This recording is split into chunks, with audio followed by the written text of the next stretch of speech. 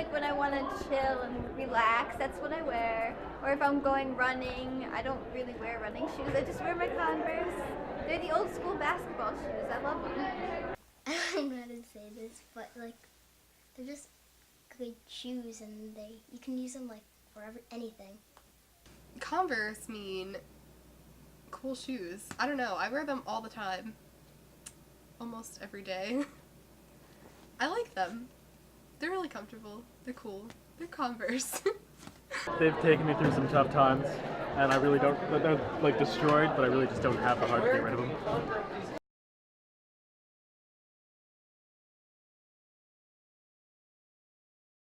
Converse shoes. More than 60% of America's population has owned Converse at some point in their life. No other shoe brand can say that.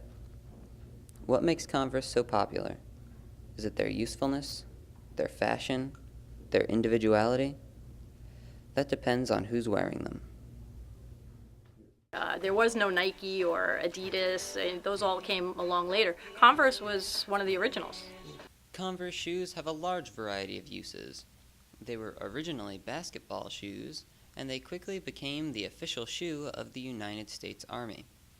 Even though they are still used for sports today, the current trend is casual use. I play any game. Like I'll play hide and seek. I'll play football. Basketball, I think they could do some tennis. Yeah. They could be credible in tennis. I wear them mostly in gym class. Really any type of game.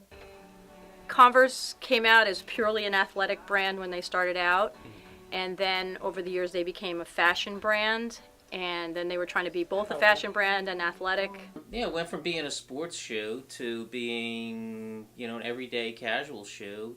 I think I had a pair in about the 6th grade. I remember that was years ago when the whole Miami Vice thing was cool.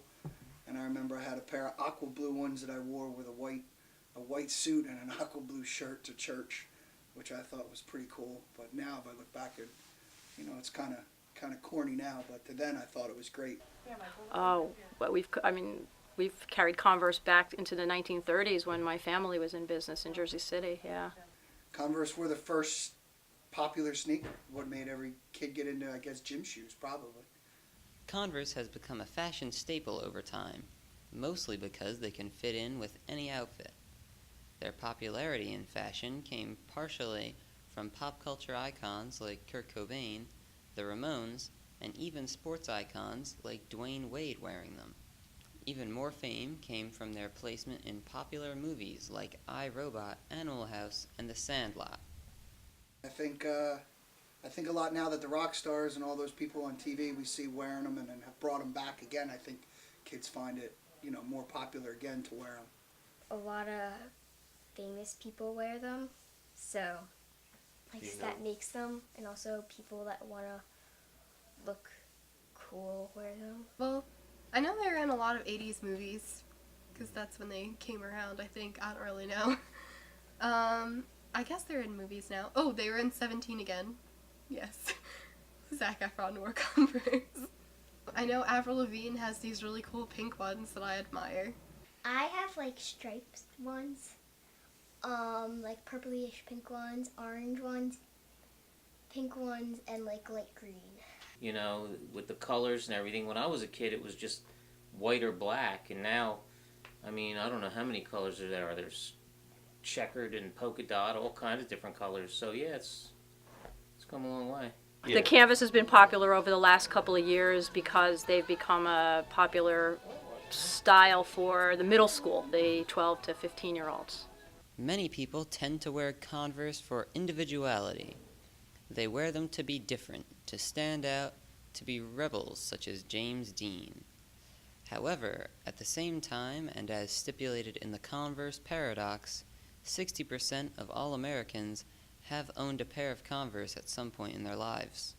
I think people my age and older look at it as a shoe that was of their youth, and I think younger people look at it as something of their youth, but totally different ways. So I think that social status is derived from the values placed on individuals from society.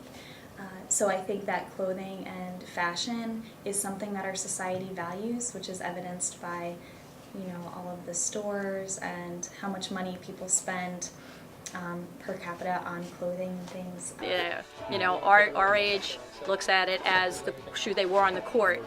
Your age looks at it as something that looks cool with an outfit. Back in the day when I was growing up, if you were cool, you had Converse, but I don't think I had a pair until I was like 7th or 8th grade, so I never got the chance to wear them to fit in.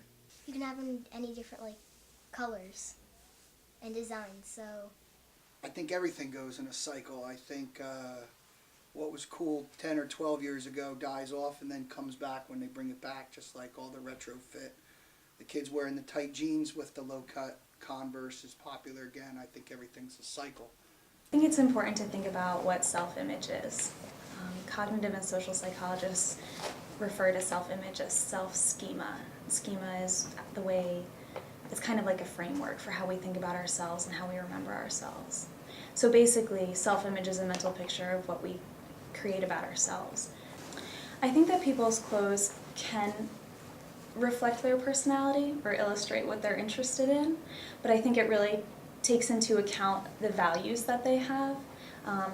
If a family or a peer group doesn't value clothing, doesn't value that form of expression, then I don't think that it would necessarily be an appropriate tool for self-expression, but it really depends on how people are raised and kind of comes back to the whole nature versus nurture argument, that self-expression is based on how we are taught to express ourselves.